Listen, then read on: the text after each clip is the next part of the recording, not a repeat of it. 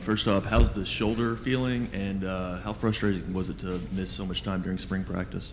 Oh, the shoulder's feeling great. Our rehab staff is amazing. I've been doing rehab almost every day, and it's been feeling really good. And I'm actually a couple weeks ahead of schedule.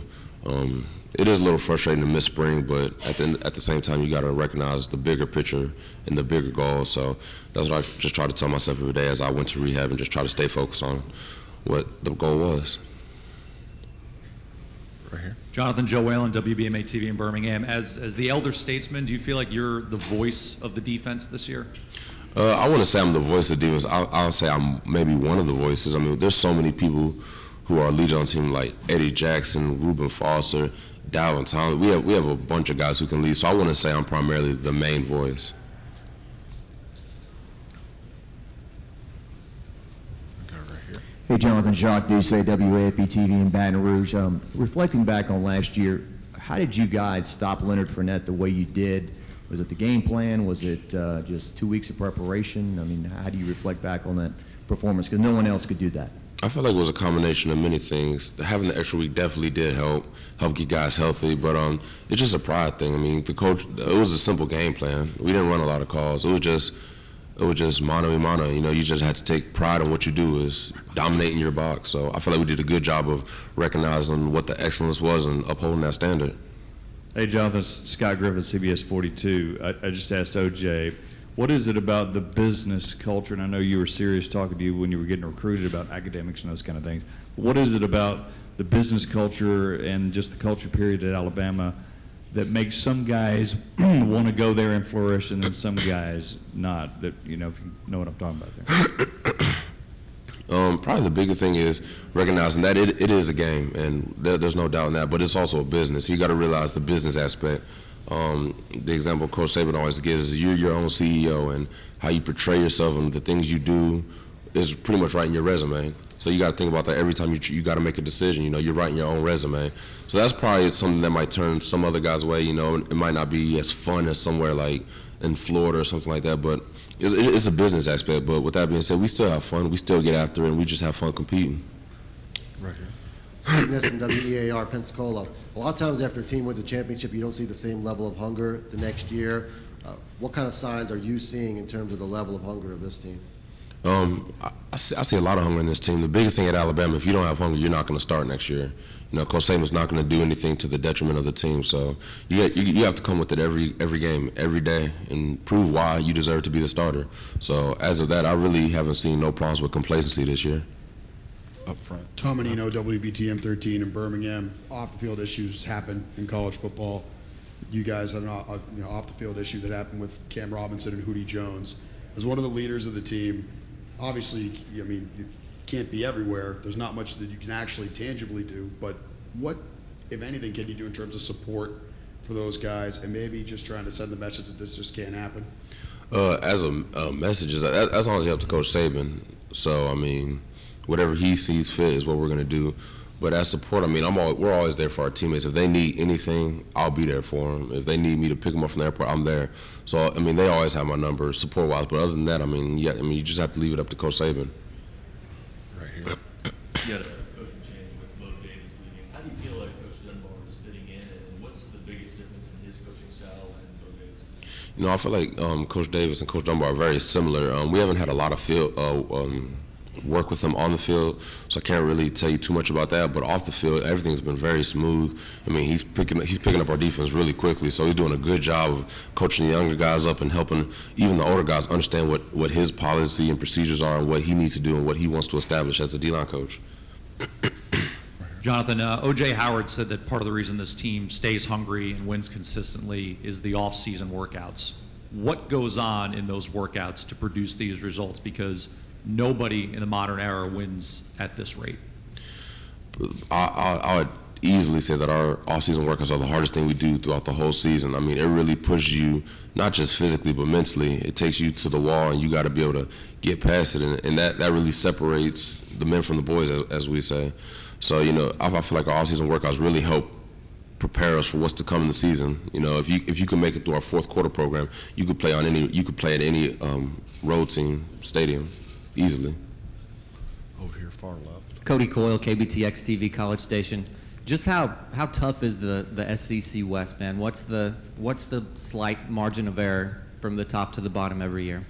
Slight margin of error is there's almost none. I mean, I feel like the SEC West is in my opinion, is the best conference. It's the best conference. I mean, from top to bottom, every team is great, and you can't take a slight on any team that we play. So, SEC is not even just the West. The whole SEC is definitely a hard conference to play in.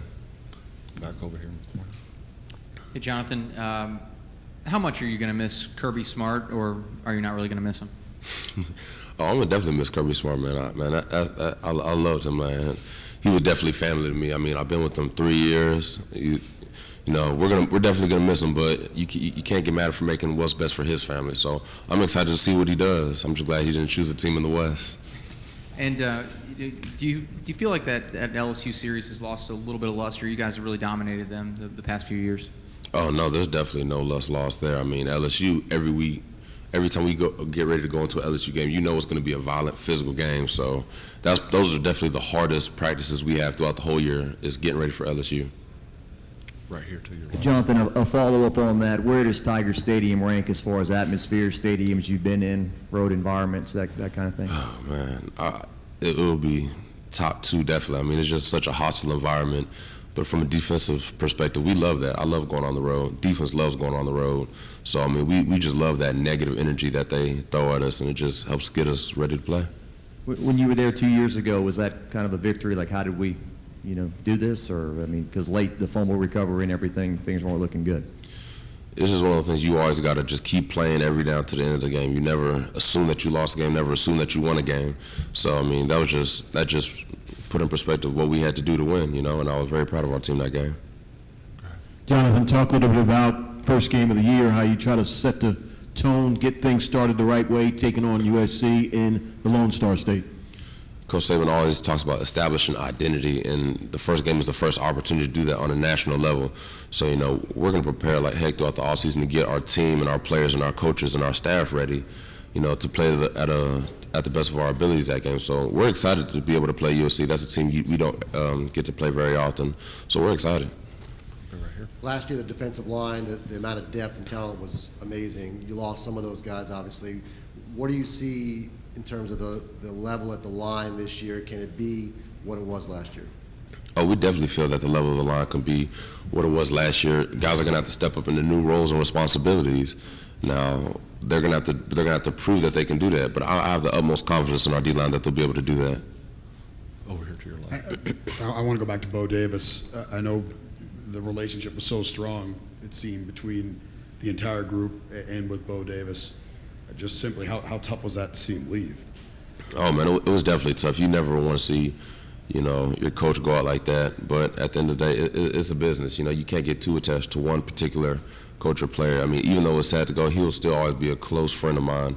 So, I mean, I hate to say it, but, I mean, it is what it is. You got to move on. We got a job to do, Jonathan, Stephen Gunner, WSFA Montgomery. On the other side of the ball, to sit and watch and go up against O.J. Howard, how has he developed through the years, and what do you see as a player on the field and the teammate he is off the field?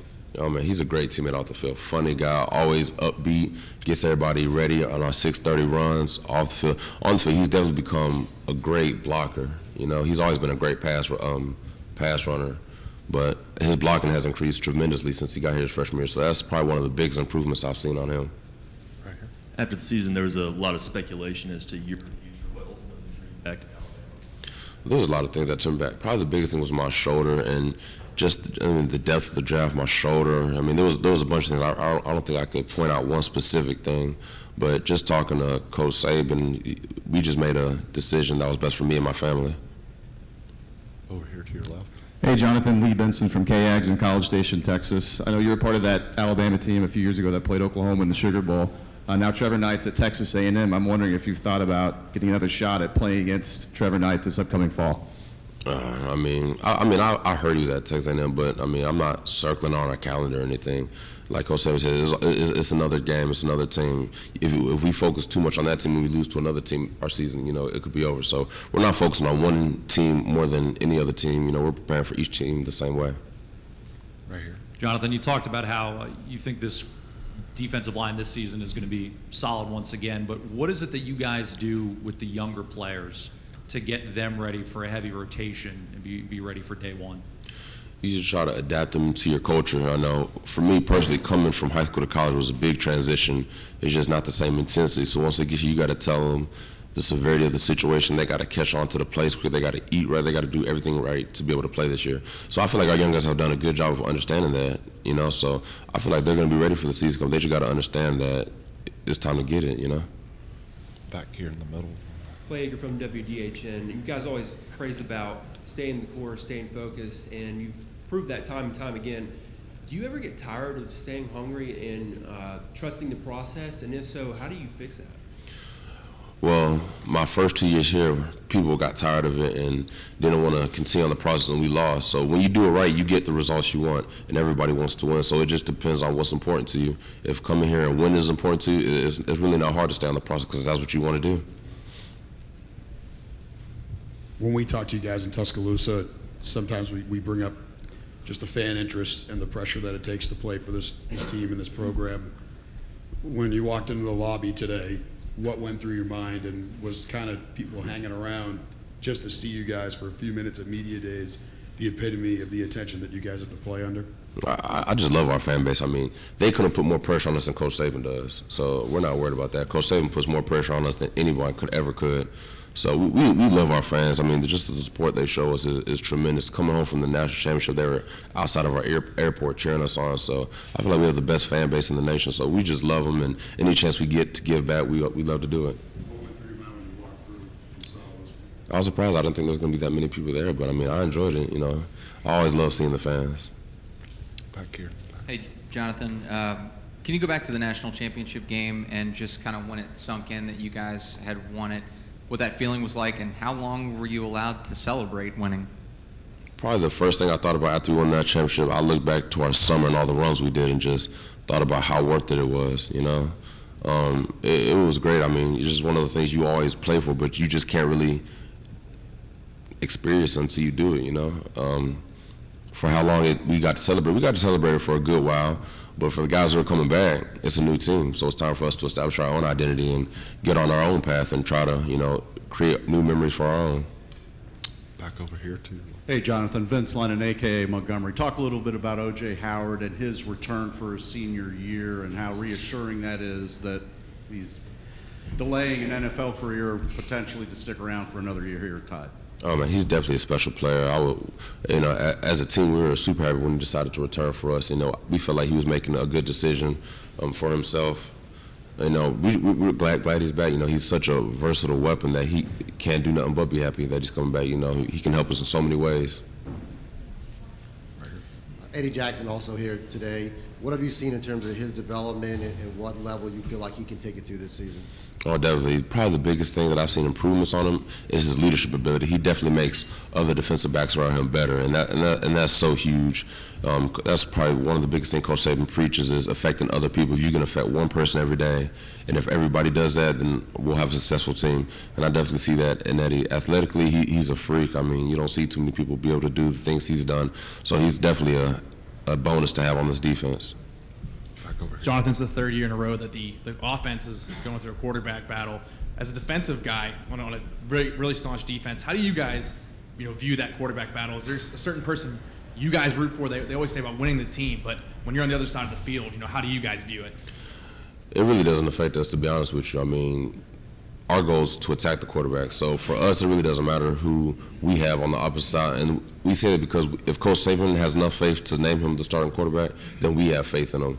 So, I mean, we follow Coach Saban. So if Coach Saban says this is the guy we're going to go with, you're gonna surround him with support. And all the other quarterbacks, I mean, they know. It's a competition. So, like I said, whoever Coach Saban picks, that's the guy we're going to support. Right back. Jonathan right here. Noah Mandel, WTVY News 4 Dothan. What are the differences and similarities between Derrick Henry and Bo Scarborough? I feel like there's definitely a lot more similarities than differences. I feel like Bo Scarborough might be a little more stocky, where Derrick was a little more lengthier and could stride more. But I mean, both tremendous work ethics, hard, physical, monstrous back. So I'm super excited to see what Bo Scarborough can do for us this season. Right back. In regards to the quarterback battle, this is going to be the third straight year you guys have a new starter. So not a lot of playing experience when they get out there, but defensively, you guys have enough confidence in yourselves. Is the view kind of if they can perform against us in practice, then they can perform against any other defense? Oh, definitely. It's always a competition. Even when we go out there for 7-on-7, no matter what we do, it's always a competition. So, you see the quarterbacks, and they're competing like crazy, and that's all you can ask for is a competitor. Not everybody's perfect. You're not always going to make the best passes. I'm not always going to make the tackle. So we're not expecting them to be perfect. We just want them to go out there and be fired up and be a competitor. That's all you can ask for. Any other questions? Well, what Joe said. Can we get the mic, please? Just what Joe said just dawned on me. We always talk about offensive guys, what they look for in a quarterback. What does a defensive guy look for? Because he's on your team, obviously. Well, what are you looking for in a quarterback to lead your team? I don't feel like there's something specific that we're looking for. But if you like, you just want toughness in your quarterback. You want that presence about him. I can't really explain it, but you know when you see it. I feel like we found it last year. Probably a little bit under halfway through the season, you just knew Jay Coker was it. I mean, I can't really explain what it is, but it's just that competitiveness. You always love to be around competitors. So if my quarterback's a competitor, I'll easily go with him.